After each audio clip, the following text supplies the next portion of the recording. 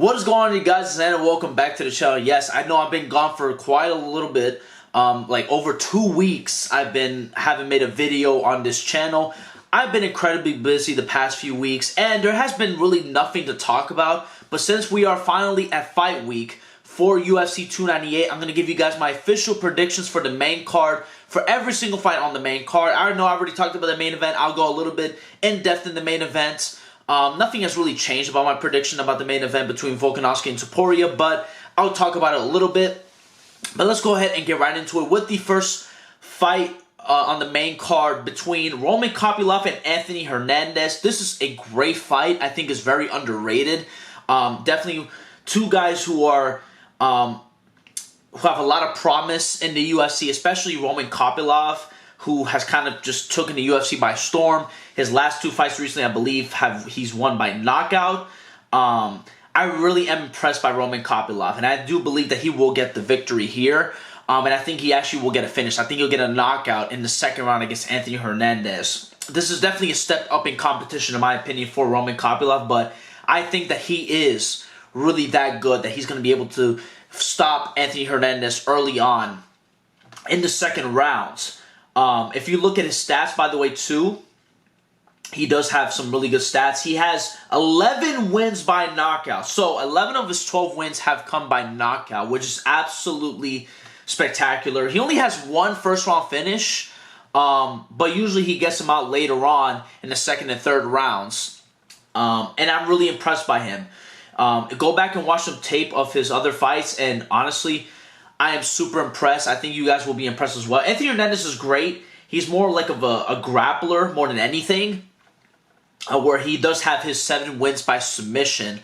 And he has 5 first-round finishes, which is pretty impressive as well, to be quite honest with you.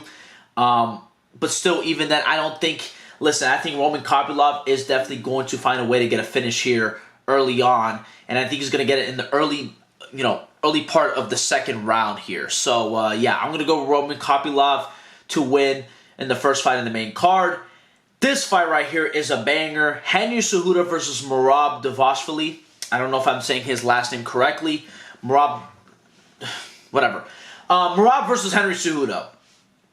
Now, I've been going back and forth for pretty much now about a week. I've been looking at the tape, and it's tough for Cejudo because, I mean, his most recent fight was obviously that loss that he had against Aljamain Sterling, who was the former bantamweight champion. And losing to somebody like that is no fault to Cejudo. That was an extremely close fight between Cejudo and Aljamain Sterling. But there's some similarities to Aljo and Merab. The fact that they kind of fight similarly. I think, obviously, to me, Aljamain Sterling is the better grappler. But nobody has the gas tank, I don't think. And nobody in the UFC has the gas tank of Merab. Let's just get that out there right now. This man will shoot for a takedown 20 times, and he will still not have any type of heavy breathing whatsoever. His fight against Petr Yan is impressive in the sense of just of his endurance and his pace, because he keeps that pace for the full 25 minutes. If you go back and rewatch that fight between him and Petr Yan, he shoots for takedowns, and he's not like winded or gassed at all throughout the entirety of the fight. I mean, he won that fight just based off his endurance and pace. I mean, because he was unsuccessful in like, what, 90% of his takedowns, 95% of his takedowns, but he still continued to shoot and continued to throw out shots, and he still was not gassed or winded at all. And that is my biggest problem for Cejudo in this fight. It's the fact that this guy is going to continue to give that constant pressure, and I don't know how Henry's going to be able to deal with that. Henry will have to tag him early on and probably get a finish in order for him to win this fight. And I don't think he's going to do it. Cejudo is a lot older. Cejudo is 37 years old, I believe, right now, currently. And I don't know. Listen, I really do want Cejudo to win. I'm rooting for Cejudo because I do believe that he's one of the more entertaining guys in the bantamweight division. And I think he'll be great at one of the top guys in this division. I really do like some of the matchups in this division against Cejudo, but Merab is a different animal. He is he has the stamina of a fucking, I don't even know. Like, nobody has better stamina than Merab in the UFC. I'm convinced. I mean, this man is literally just a fucking monster. And I'm going to go ahead and say that he wins by unanimous decision, 30-27 or probably 29-28. I think he gets a unanimous decision victory over Henry Cejudo. I'm convinced at this point that nothing is in Merab's way for him getting a decision victory over Henry Cejudo. Henry will have to, catch him with something early on, in my opinion, for him to win this fight. Kind of similar how Merab got caught by, it was Marlon Moraes. Marlon Moraes. So he had a fight with Marlon Moraes, and Marlon Moraes caught him in the first round, if you guys don't remember. And that was big for Marlon Moraes, but he wasn't able to finish the fight. If Cejudo will be able to get the finish like that early on, like if he's able to catch him but actually get the finish, then there you go. That's how Henry Cejudo wins. But I don't think that's going to happen. I think Merab is going to be able to eat some of the shots that Henry Cejudo gives him. And I think that he's going to be able to fend off of that and be able to probably find a way to get himself back up on his feet, or not even get phased by any of his shots. I mean, literally, Cejudo will have to be perfect in the shot selection to be able to win this fight, in my honest opinion. He will have to put him out early, probably get a quick TKO victory in the first round in order for him to win, in my honest opinion. Not saying, listen, Henry could definitely win. I think that Henry Cejudo has better Merab in everything that he does. Like, he's literally better at every single thing except for the endurance. That's where they kind of defer right here. And I think that, in my opinion, Henry Cejudo is going to have a tough time with the stamina, with the endurance, and the pace of Merab. And I think that Merab is going to win this fight by unanimous decision. Next fight is Geoff Neal versus Ian Garry.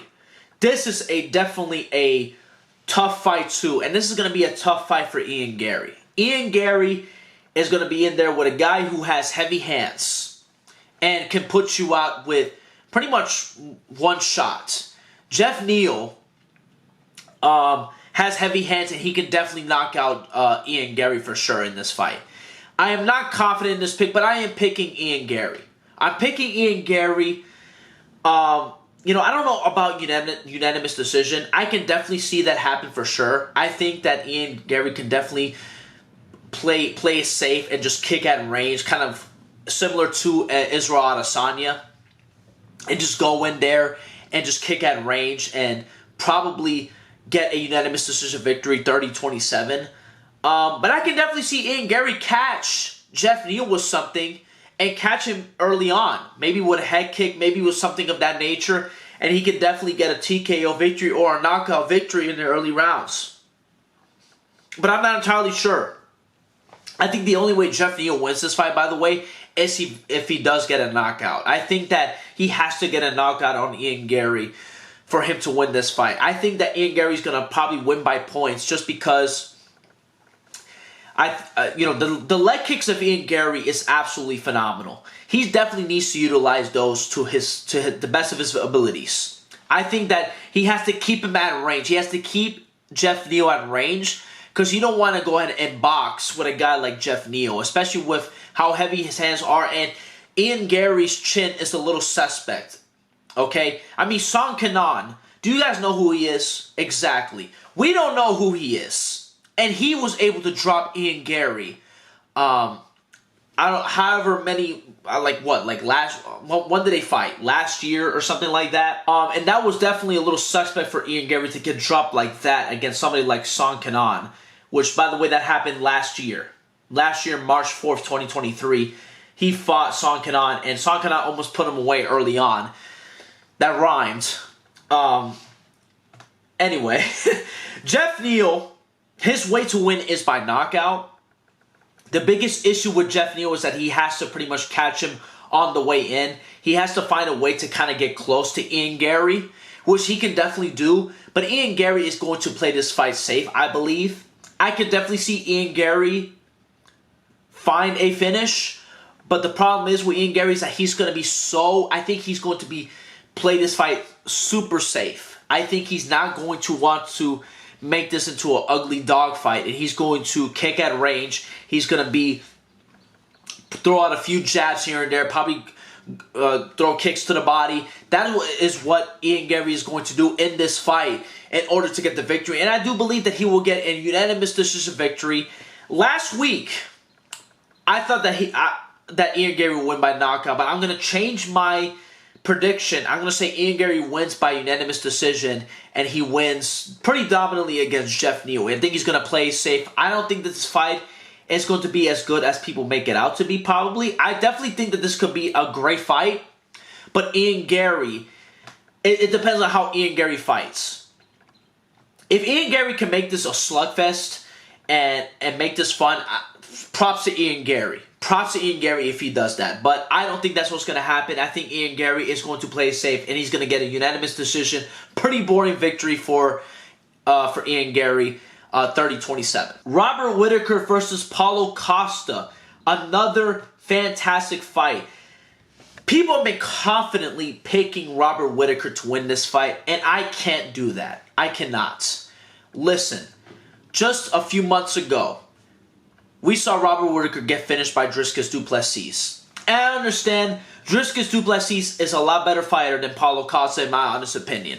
We have now seen Dricus du Plessis go on to become the champion in the middleweight division, right? I don't think Paulo Costa will ever become the middleweight champion in the UFC. I don't see it. There's no fucking way that he does. But we can't say that he doesn't have a chance against Robert Whittaker. He does. Because Paulo Costa, and I understand in his last fight against Luke Rockhold, he did not look impressive in that fight whatsoever.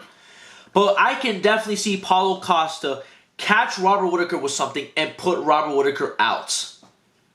Okay? Let's not act like Paulo Costa doesn't have a chance in this fight.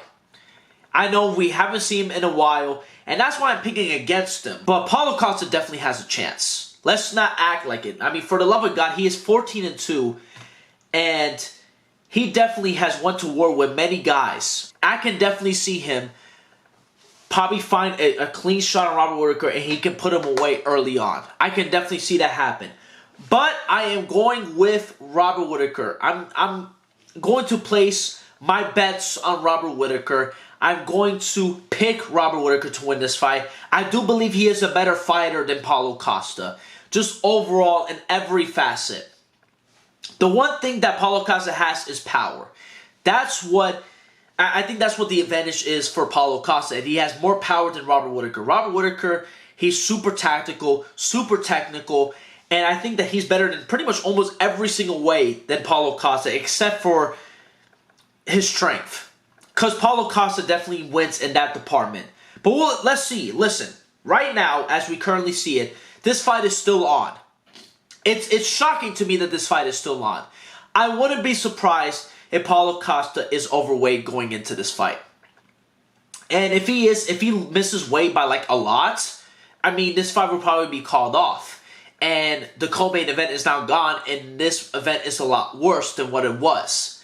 Because I want to see Robert Whittaker fight. I mean, listen, I hope to God that Paulo Costa gets his shit together and actually makes weight and actually fights Robert Whittaker. I mean, for the love of God, if Paulo Costa fights this fight and he can beat Robert Whittaker, he's one of the top contenders in this division, because I still see Robert Whittaker as one of the top guys in the middleweight division. Let's not act like Robert Whittaker is not one of the top guys in the division. He still is.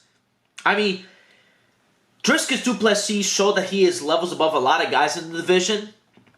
But Robert Whittaker is still in like a top tier in the middleweight division. If Paulo Costa can beat Robert Whittaker, he will put him... We'll put Paulo Costa in the top, one of the top tiers in the middleweight division. Because right now, I don't see Paulo Costa as a top tier guy. I see him as like a tier B kind of guy. And damn near tier C, just because he never fucking fights. And for the love of God, his last fight against Luke Rockhold was pretty embarrassing, to be honest with you. I understand that he won the fight. But you have to put away a guy like Luke Rockhold, who has one of the top glass chins in the UFC. And he wasn't able to get a knockout against a guy like Luke Rockhold. And he made Luke Rockhold look like he's still pretty competent. Okay? So I'm not confident in Paulo Costa, but I can definitely see him win.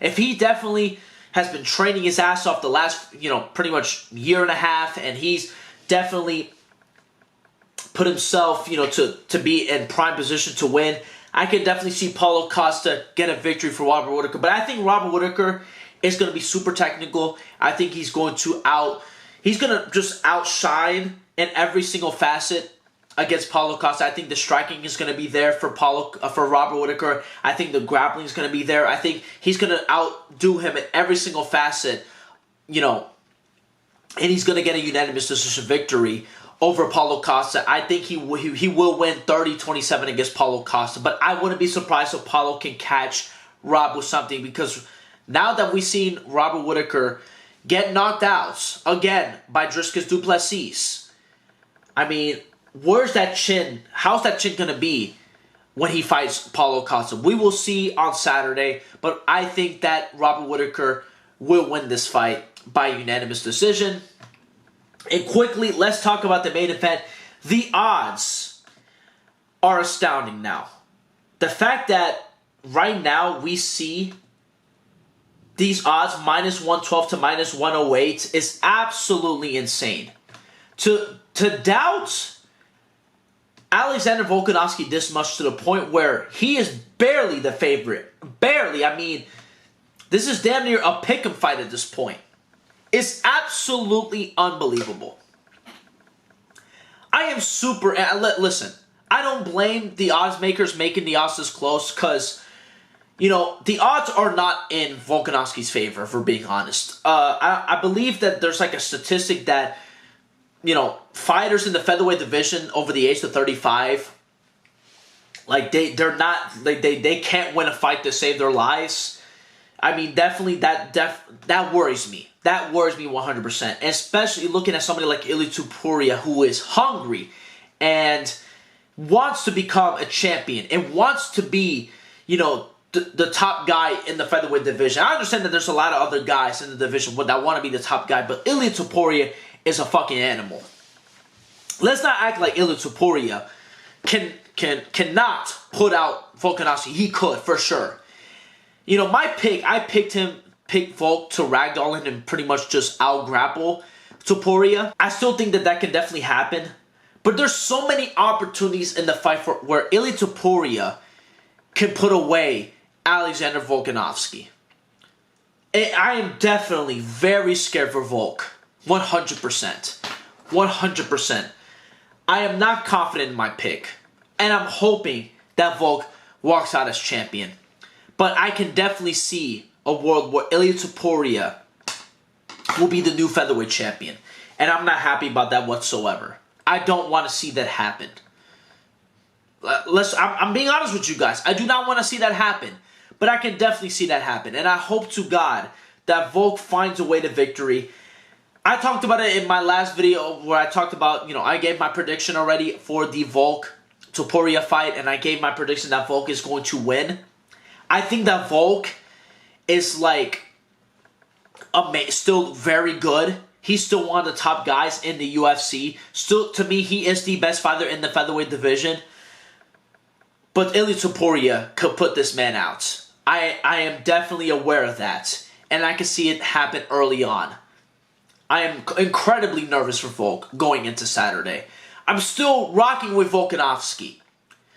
But my confidence is lowering every single day we get until Saturday, when the fight will eventually happen. I am not confident in Alexander Volkanovski all that much. Listen, I was confident after he beat Yair Rodriguez. I'm like, dude, listen, Topuria, he has no shot. But now we see what happened between him and Islam Makhachev. Islam Makhachev getting a finish against Volkanovski has definitely hindered my confidence in Volk big time. So hopefully my doubts are lowered once listen, my doubts are going to be even higher once we get to, literally when the bell rings. When these guys are literally in the cage, face to face with each other. My heart is going to be fucking pounding to the max. Because, fuck me, I want Volk to win this fight more than anything right now. Goodness gracious, I hope that Volk can pull it off. somehow, some way. If he does, I'm going to be the happiest man alive. If not, I mean, I'm going to make a somber video about it, and I'm going to be fucking so sad. And holy shit, I hope to God Volk wins. I really hope that Volk wins. We'll see what happens on Saturday. I'm still picking Volkanovski to win by unanimous decision, but my confidence is not all the way high, to be honest with you guys. But let me know what you guys think about this whole card. I think this card is fantastic. This is a great main card, and even the prelims as well is great as well. I'm excited for this event, but let me know what you guys think in the comment section below, and I'll see you guys soon with another video. Peace out.